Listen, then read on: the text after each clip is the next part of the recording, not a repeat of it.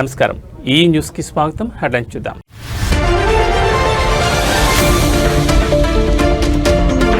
ఢిల్లీ పేలుడు కేసులో బయటపడుతున్న సంచలనాలు. జనవరి 26న ఎర్రకోట వద్ద పేలుడుకు భారీ స్కెచ్.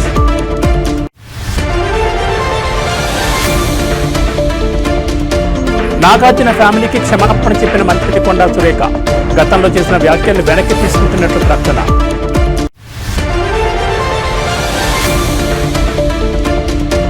తాడిపత్రిలో మరోసారి టీడీపీ వైసీపీల మధ్య ఉద్రిక్తత.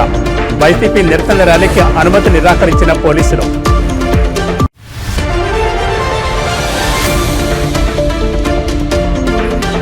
శంషాబాద్ ఎయిర్పోర్ట్లో కొనసాగుతున్న ముమ్మర తనిఖీలు.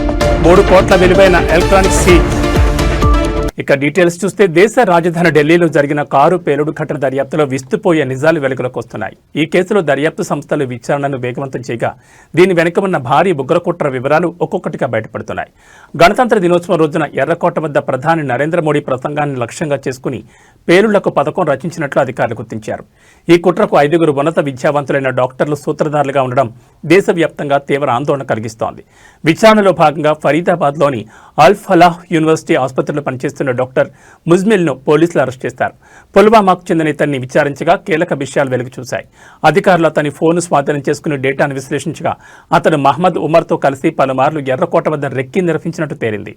జనవరి 26న ప్రధాని జాతిని ఉద్దేశించి ప్రసంగించే సమయంలో అక్కడ భారీ పేలుళ్లకు ప్లాన్ చేసినట్లు దర్యాప్తు సంస్థలు అనుమానిస్తున్నాయి. గత కొన్ని రోజులుగా దేశవ్యాప్తంగా ఛేదిస్తున్న ఉగ్రవాద నెట్వర్క్కు ఢిల్లీ కారు పేలుడు ఘటనకు సంబంధం ఉన్నట్లు అధికారులు భావిస్తున్నారు. డాక్టర్ ముజ్మిల్ ఫోన్ నుంచి లభించిన ఆధారాలతో ఈ కేసు దర్యాప్తును మరింత లోతుగా చేపట్టారు.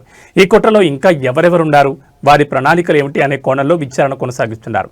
చదువుకున్న వైద్యులే ఉగ్రవాదం వైపు మళ్లడంపై భద్రతా ఏజెన్సీలు దృష్టి సారించాయి.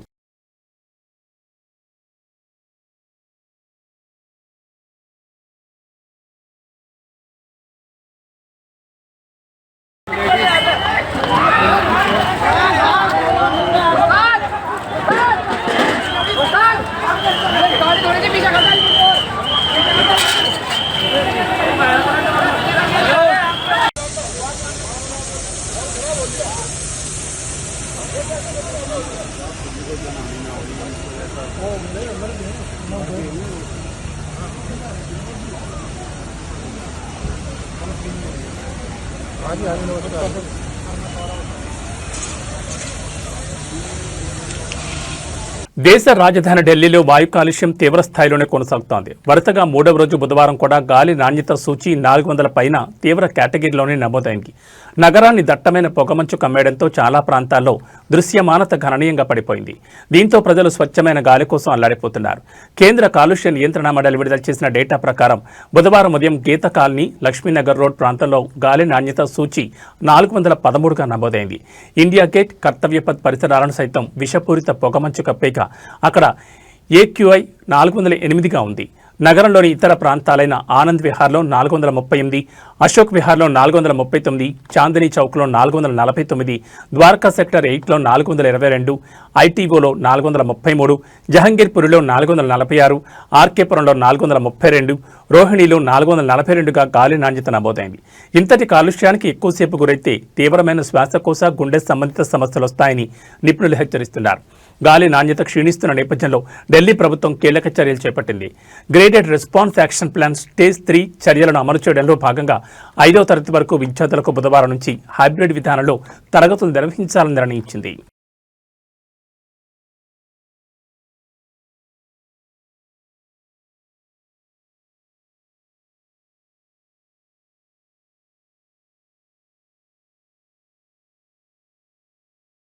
దేశవ్యాప్తంగా సంచలనం సృష్టించిన నోయిడా నిఠారి వరుస హత్యల కేసులో ప్రధాన నిందితుడు సురేంద్ర కోహ్లీని సుప్రీంకోర్టు నిర్దోషిగా ప్రకటించింది.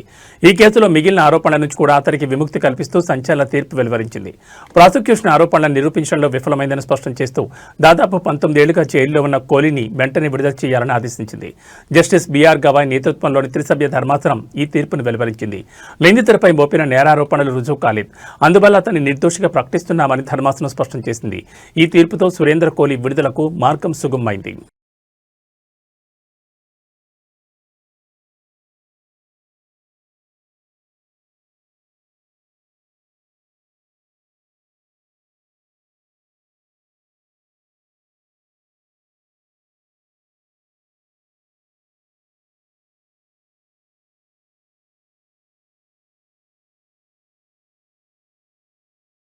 తెలంగాణ మంత్రి కొండా సురేఖ ప్రముఖ నటుడు అక్కినేని నాగార్జున కుటుంబానికి క్షమాపణ చెప్పారు. గతంలో తాను వారిపై చేసిన వ్యాఖ్యల పట్ల పశ్చాత్తాపం వ్యక్తం చేస్తూ అర్ధరాత్రి ట్వీట్ చేశారు. నాగార్జున కుటుంబాన్ని కించపరిచే ఉద్దేశం తనకు లేదని, తన వ్యాఖ్యల వల్ల వారు బాధపడి ఉంటే చింతిస్తున్నారని ఆమె పేర్కొన్నారు. గతంలో తాను చేసిన వివాదాస్పద వ్యాఖ్యలను పూర్తిగా వెనక్కి తీసుకుంటున్నట్లు కొండా సురేఖ తన ట్వీట్లో పేర్కొన్నారు. అయితే అర్ధరాత్రి 12 గంటలు దాటిన తర్వాత ఆమె ట్వీట్ చేయడం రాజకీయ సినీ వర్గాల్లో చర్చనీయాంశంగా మారింది. కొంతకాలం క్రితం బీఆర్ఎస్ నేత కేటీఆర్ను విమర్శించే క్రమంలో కొండా సురేఖ అక్కినేని నాగార్జున కుటుంబంపై, ముఖ్యంగా నాగ చైతన్య సమంత విడాకుల అంశంపై వ్యక్తిగత వ్యాఖ్యలు చేయడం తెలిసిందే. ఈ వ్యాఖ్యలు తీవ్ర వివాదానికి దారితీశాయి. కొండా సురేఖ వ్యాఖ్యలపై నటుడు నాగార్జున తీవ్రంగా స్పందించారు. ఆమెపై పరువు నష్టం దావా కూడా వేశారు. మరోవైపు నాగ చైతన్య సమంత సైతం తమ విడాకులు పరస్పర అంగీకారంతో తీసుకున్న వ్యక్తిగత నిర్ణయమని, తమ పేర్లను అనవసరంగా రాజకీయ వివాదాల్లోకి లాగొద్దని విజ్ఞప్తి చేశారు. సినీ పరిశ్రమకు చెందిన పలువురు ప్రముఖులు కూడా సురేఖ వ్యాఖ్యను ఖండించారు. ఈ పరిణామాల నేపథ్యంలోనే మంత్రి కొండా సురేఖ వెనక్కి తగ్గి క్షమాపణ చెప్పినట్టు తెలుస్తోంది.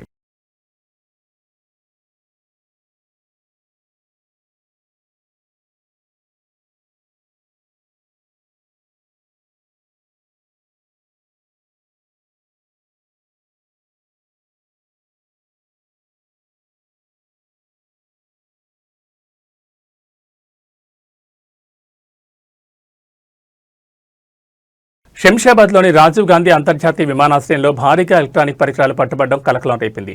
అబుదాబి నుంచి వచ్చిన 2 ప్రయాణికుల వద్ద సుమారు 3 కోట్ల విలువైన వస్తువులను సెంట్రల్ ఇండస్ట్రియల్ సెక్యూరిటీ ఫోర్స్ అధికారులు స్వాధీనం చేసుకున్నారు. నిందితులను అదుపులోకి తీసుకుని విచారిస్తున్నారు. నిత్యం ప్రయాణికులతో రద్దీగా ఉండే శంషాబాద్ విమానాశ్రయంలో అధికారులు కట్టుదిట్టమైన భద్రతా తనిఖీలు నిర్వహిస్తున్నారు. ఈ క్రమంలో అబుదాబి నుంచి వచ్చిన 2 ప్రయాణికుల ప్రవర్తన అనుమానాస్పదంగా కనిపించడంతో సిఐఎస్ఎఫ్ సిబ్బంది వారిని అదుపులోకి తీసుకున్నారు. వారి లగేజ్ బ్యాగ్లను క్షుణ్ణంగా తనిఖీ చేయగా పెద్ద సంఖ్యలో డ్రోన్లు, ఎలక్ట్రానిక్ స్మార్ట్ వాచ్లు, ఖరీదైన ఐఫోన్లు బయటపడ్డాయి. స్వాధీనం చేసుకున్న ఎలక్ట్రానిక్ వస్తువుల విలువ సుమారు 3 కోట్లుంటుందని అధికారులు అంచనా వేశారు. నిందితులను సూర్యప్రకాష్, మహమ్మద్ జాంగీర్గా గుర్తించారు. ఇంత పెద్ద ఎత్తున ఎలక్ట్రానిక్ పరికరాలను ఎలాంటి పత్రాలు లేకుండా ఎందుకు తరలిస్తున్నారనే కోణంలో విమానాశ్రయ పోలీసులు కేసు నమోదు చేసి దర్యాప్తు చేపట్టారు. ఈ వస్తువులను ఎక్కడికి తరలించడానికి ప్రయత్నించారు, దీని వెనుక ఎవరైనా ఉన్నారా అనే వివరాలను రాబట్టే పనిలో అధికారులు నిమగ్నమయ్యారు.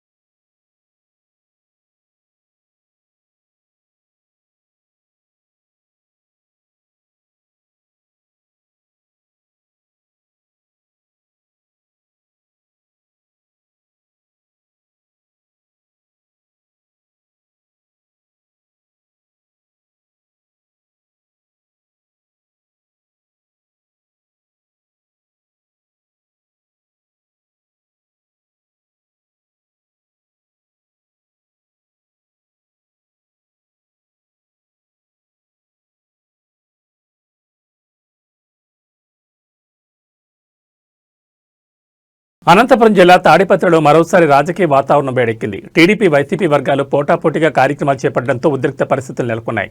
మెడికల్ కళాశాల ప్రైవేటీకరణను నిరసిస్తూ వైసీపీ తలపెట్టిన ర్యాలీకి పోలీసులు అనుమతి నిరాకరించారు. ముందు జాగ్రత్త చర్యగా మాజీ ఎమ్మెల్యే కేతిరెడ్డి పెద్దారెడ్డిని ఇంటి నుంచి బయటకు రాకుండా అడ్డుకుని గృహ నిర్బంధం చేశారు. రాష్ట్ర వ్యాప్తంగా వైసీపీ ప్రజాపోరు పేరుతో మెడికల్ కాలేజీల ప్రైవేటీకరణకు వ్యతిరేకంగా నిరసనలకు పిలుపునిచ్చింది. ఇందులో భాగంగా తాడిపత్రిలో మాజీ ఎమ్మెల్యే కేతిరెడ్డి పెద్దారెడ్డి ఆధ్వర్యంలో భారీ ర్యాలీ నిర్వహించాలని నిర్ణయించారు. అదే సమయంలో స్థానిక టీడీపీ ఎమ్మెల్యే జేసీ అస్మిత్ రెడ్డి పట్టణంలో పలు అభివృద్ధి పనులకు శంకుస్థాపన కార్యక్రమాలు చేపట్టారు. ఒకే రోజు 2 ప్రధాన పార్టీలు కార్యక్రమాలు నిర్వహిస్తుండటంతో శాంతి భద్రతల సమస్య తలెత్తుందని భావించిన పోలీసులు కేతిరెడ్డి పెద్దారెడ్డి ర్యాలీకి అనుమతి లేదని స్పష్టం చేశారు. ఈ ఉదయం ఆయన ఇంటి నుంచి బయటకు రాకుండా పోలీసులు అడ్డుకున్నారు. దీంతో పోలీసుల తీరుపై కేతిరెడ్డి తీవ్ర ఆగ్రహం వ్యక్తం చేశారు. ఒక పార్టీ ఇన్ఛార్జిగా నేను కార్యక్రమం చేసుకోకూడదా, నా ర్యాలీని ఎలా అడ్డుకుంటారంటూ ఆయన పోలీసులతో వాగ్వాదానికి దిగారు. MLA Asmit Reddy, municipal chairman JC Prabhakar రెడ్డికి అనుకూలంగా పోలీసులు వ్యవహరిస్తున్నారని మండిపడ్డారు. శాంతి భద్రతల దృష్ట్యానే ఈ నిర్ణయం తీసుకున్నామని పోలీసులు నచ్చజెప్పే ప్రయత్నం చేసినప్పటికీ ఆయన శాంతించలేదు. తనను ఎందుకు అడ్డుకుంటున్నారో లిఖితపూర్వకంగా ఇవ్వాలని డిమాండ్ చేశారు. ఈ పరిణామాలతో తాడిపత్రిలో ఏం జరుగుతుందోనన్న ఉత్కంఠ నెలకొంది. ఎలాంటి అవాంఛనీయ ఘటనలు జరగకుండా పోలీసులు భారీ బందోబస్తు ఏర్పాటు చేశారు.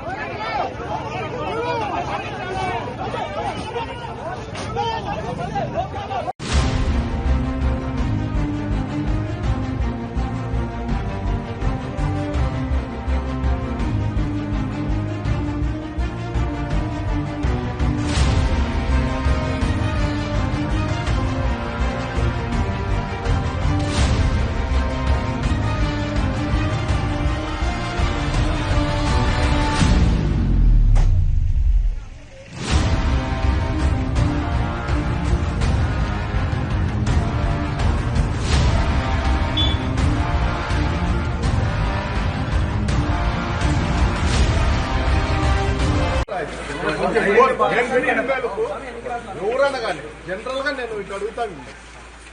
నేను నీకు లెటర్ ఇచ్చా యోగక్షేమాలు ఎట్టున్నారు సార్ అని. నేను బాగుండా అని చెప్తే నువ్వు నాకు జవాబు ఇచ్చినట్లే కదా అని లెక్క. నువ్వు దీంట్లో ఏముందో చెప్పు. నాకు చదువు రాదు. నువ్వే చదువు. అర్థం లేదు, ఏం లేదు. మీరు రాయించే అదే రాసి వైట్ పేపర్ తాము వైట్ పేపర్ రాసి నువ్వు పోయేకి లేదు, ఎక్కడే కానీ కాన్ఫరెన్స్ లో తిరిగేకి లేదు. ఇది మా ఆర్డరు, మా ఎమ్మెల్యే ప్రకారం మేము నడుచుకుంటున్నాము. మీరు ఎక్కడ తిరిగినా కూడా మేము చెత్త చూస్తామని చెప్పి రాసింది. వాళ్ళు కొడతా అంటే కొట్టించుకుంటానండి, తిట్టించుకుంటానండి, మేము కేసులు ఇష్టం ఉంటే తీసుకుంటాం, లేకపోతే లేదా రాసి. నేనే వద్దని లేదా, ఏదైనా మీరు పేపర్ నేను పేపర్ ఇస్తాను కదా, పేపర్ నేను మిమ్మల్ని ఏమో నాకైతే తిరుమల శ్రీవారి లడ్డూ ప్రసాదానికి కల్తీని సరఫరా చేసిన కేసులో దర్యాప్తు ముమ్మరంగా కొనసాగుతోంది. ఈ వ్యవహారంలో వైసీపీ ప్రభుత్వ హయాంలో టీటీడీ ఈవోగా పనిచేసిన ఏవీ ధర్మారెడ్డిని ప్రత్యేక దర్యాప్తు బృందం మంగళవారం సుదీర్ఘంగా విచారించింది. ఉదయం 10 గంటల నుంచి రాత్రి 10 గంటల వరకు మధ్యలో గంట భోజన విరామంతో కలిపి దాదాపు 12 గంటల పాటు డీఐజీ మురళీ రాంబా నేతృత్వంలోని బృందం ఆయనను ప్రశ్నించింది. లడ్డూకు కల్తీని వస్తుంటే ఎందుకు చూసి చూడనట్లు వ్యవహరించారని ప్రశ్నించగా హైకమాండ్ ఒత్తిడి వల్లే అనుమతించాల్సి వచ్చిందని ధర్మారెడ్డి చెప్పినట్లు విశ్వసనీయ సమాచారం. అయితే ఆ హైకమాండ్ ఎవరనే ప్రశ్నకు ఆయన నుంచి సమాధానం రాలేదని తెలుస్తోంది.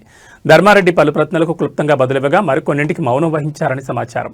2022 ఆగస్టులోనే మైసూర్ ల్యాబ్ నుంచి నెయ్యి కల్తీ జరిగిందని నివేదిక వచ్చినా ఎందుకు చర్యలు తీసుకోలేదు? బోలేబాబా డైరీకి కాంట్రాక్ట్ కట్టబెట్టేందుకే టెండర్ నిబంధనల్లో మార్పులు చేశారా? గతంలో ఉన్న మిల్క్ పదాన్ని 2020లో ఎందుకు తొలగించారు? తిరిగి 2023లో ఎందుకు చేర్చారు? ఈ మార్పుల ద్వారా ఎవరికి లబ్ధి చేకూర్చారు? తదితర ప్రశ్నలను సిట్ అధికారులు సంధించినట్టు తెలుస్తోంది. ఈ కేసులో ఇప్పటికే అరెస్టే బెయిల్పై ఉన్న బోలేబాబా డైరీ డైరెక్టర్లు ఫొమిల్ జైన్, విపిన్ జైన్లను కూడా సిట్ విచారించింది. 5 ఏళ్లలో ఈ సంస్థ 251 కోట్లకు పైగా విలువైన 68.17 లక్షల కిలోల కల్తీని సరఫరా చేసినట్లు తమ దర్యాప్తులో తేలిందని డీఐజీ మురళీ రాంబా వెల్లడించారు. ఈ వ్యవహారంలో గత టీటీడీ చైర్మన్ వైవీ సుబ్బారెడ్డి పాత్రపైన అధికారులు ఆరా తీసినట్టు తెలుస్తోంది. కాగా రాత్రి విచారణ ముగిసిన అనంతరం ధర్మారెడ్డి మీడియాతో మాట్లాడకుండానే వెళ్లిపోయారు. ఈ రోజు కూడా ఆయన విచారణ కొనసాగనుండడంతో ఈ కేసులో మరిన్ని కీలక విషయాలు వెలుగులోకి వచ్చే అవకాశం ఉందని భావిస్తున్నారు.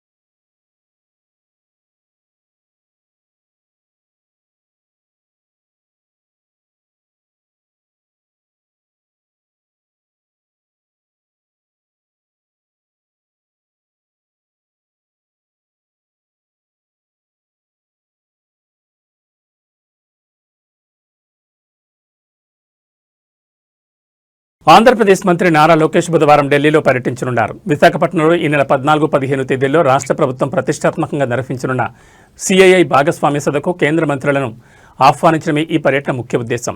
రాష్ట్రానికి పెట్టుబడులను ఆకర్షించడంలో కీలకమైన ఈ సదస్సును విజయవంతం చేసేందుకు ప్రభుత్వం అన్ని ఏర్పాట్లు చేస్తోంది. ఇందులో భాగంగా కేంద్ర ప్రభుత్వ పెద్దల భాగస్వామ్యం కూడా ఉండాలని భావిస్తోంది. ఈ నేపథ్యంలో మంత్రి లోకేష్ ఢిల్లీకి వెళ్లి పలువురు కేంద్ర మంత్రులను స్వయంగా కలిసి విశాఖ సదస్సుకు హాజరు కావాలని కోరనున్నారు. ఈ పర్యటనలో భాగంగా సదస్సు లక్ష్యాలను, రాష్ట్రంలో పెట్టుబడులకు ఉన్న అవకాశాలను కేంద్ర మంత్రులకు వివరించే అవకాశం ఉంది. రాష్ట్ర ప్రభుత్వం అత్యంత ప్రాధాన్యత ఇస్తున్న ఈ సదస్సుకు కేంద్రం నుంచి ముఖ్య నేతలు హాజరైతే మరింత ప్రాధాన్యత లభిస్తుందని అధికారులు భావిస్తున్నారు.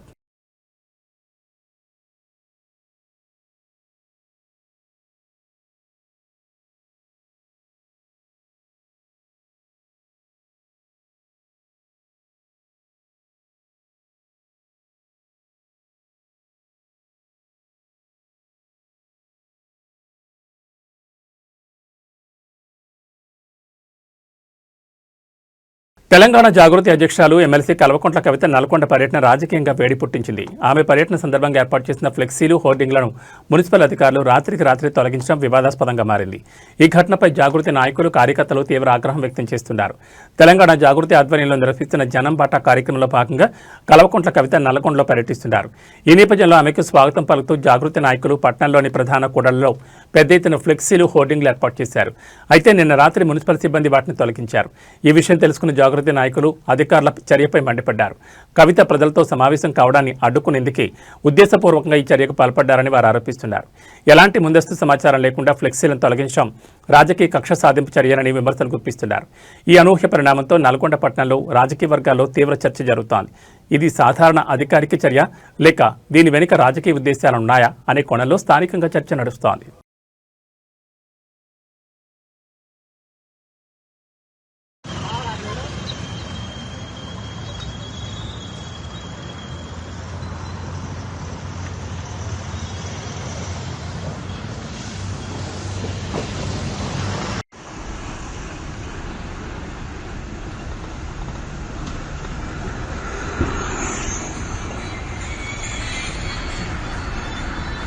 తెలంగాణ రాష్ట్ర వ్యాప్తంగా ఉత్కంఠకు ఎదురుచూస్తున్న అనర్హత ఎమ్మెల్యేల వేటు అంశంపై విచారణ కొనసాగుతూనే ఉన్నాయి.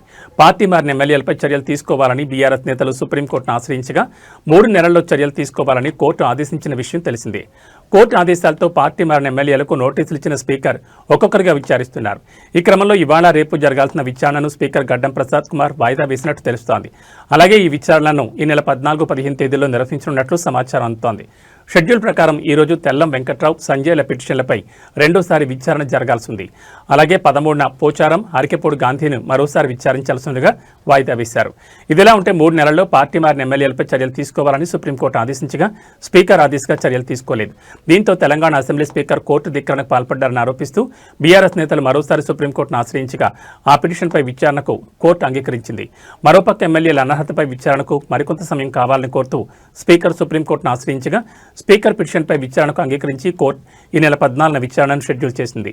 అలాగే స్పీకర్పై దాఖలైన కోర్టు ధిక్కరణ కేసుపై వచ్చే సోమవారం విచారించిన విషయం తెలిసిందే.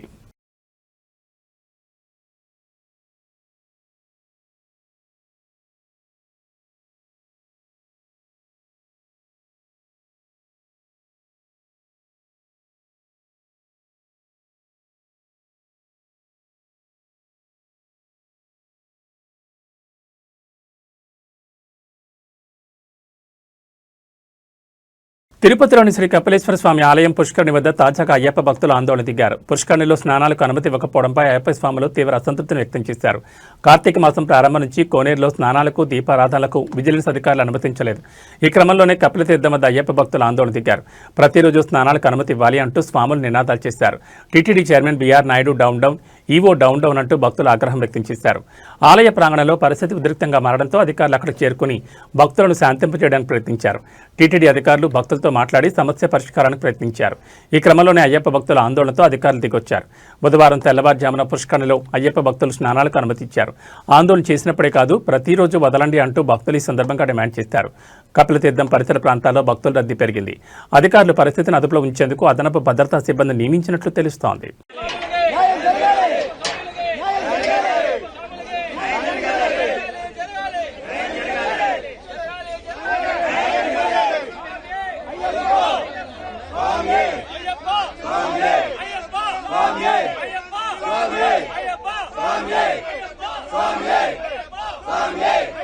Swami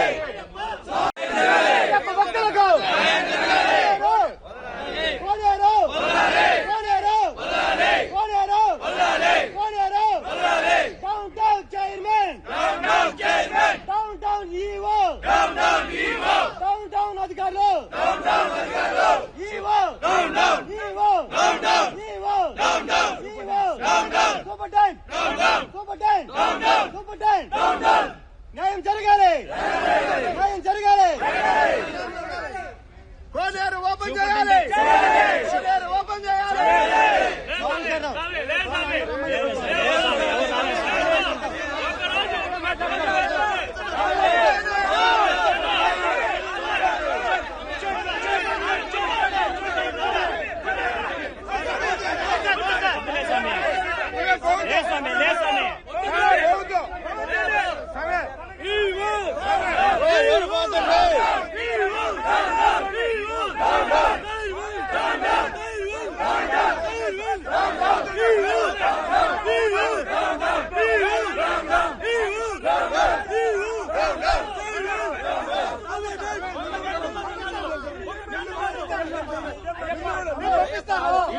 పంపిస్తారు స్వామి, ఈ రోజు కూడా పంపిస్తారు.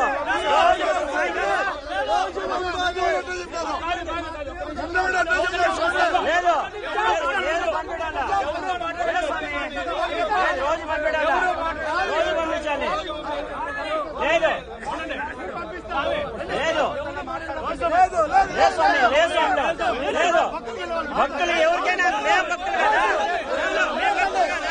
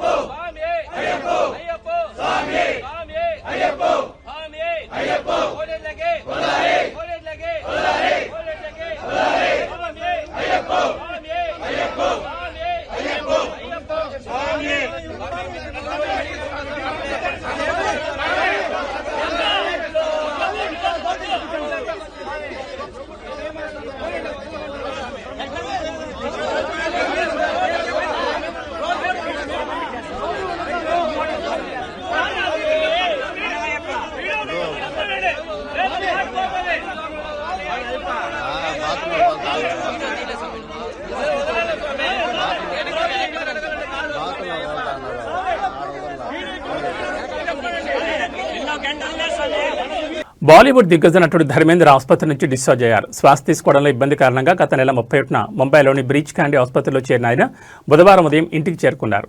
ఆయనకి ఇంట్లోనే చికిత్స కొనసాగుతోందని వైద్యులు తెలిపారు. ఇవాళ ఉదయం 7:30 గంటల ప్రాంతంలో ధర్మేంద్రను ఆసుపత్రి నుంచి డిశ్చార్జ్ చేసినట్లు ఆయనకు చికిత్స అందించిన డాక్టర్ ప్రతీష్ సంధాని పీటీఐకి వెల్లడించారు. కుటుంబ సభ్యుల నిర్ణయం మేరకు ఆయనకి ఇంట్లోనే వైద్య సేవలు కొనసాగిస్తామని వివరించారు. ఇదిలా ఉండగా నిన్న ధర్మేంద్ర మరణించారంటూ పలు వెబ్సైట్లలో తప్పుడు వార్తలు ప్రచారమయ్యాయి. ఈ వదంతులపై ఆయన కుటుంబ సభ్యులు తీవ్రంగా స్పందించారు. ఆయన ఆరోగ్యం నిలకడగా ఉందని, కోలుకుంటున్నారని స్పష్టం చేశారు. ధర్మేంద్ర అర్ధాంగి నటి హేమమాలిని కూడా ఈ తప్పుడు వార్తలపై ఆగ్రహం వ్యక్తం చేశారు. చికిత్సకు స్పందిస్తూ కోలుకుంటున్న వ్యక్తి గురించి ఇలాంటి అసత్య ప్రచారాలు చేయడం క్షమించరాంది. ఇది చాలా బాధ్యతారాహిత్యం. దయచేసి కుటుంబ గోప్యతను గౌరవించండి అని ఆమె సోషల్ మీడియాలో పేర్కొన్నారు.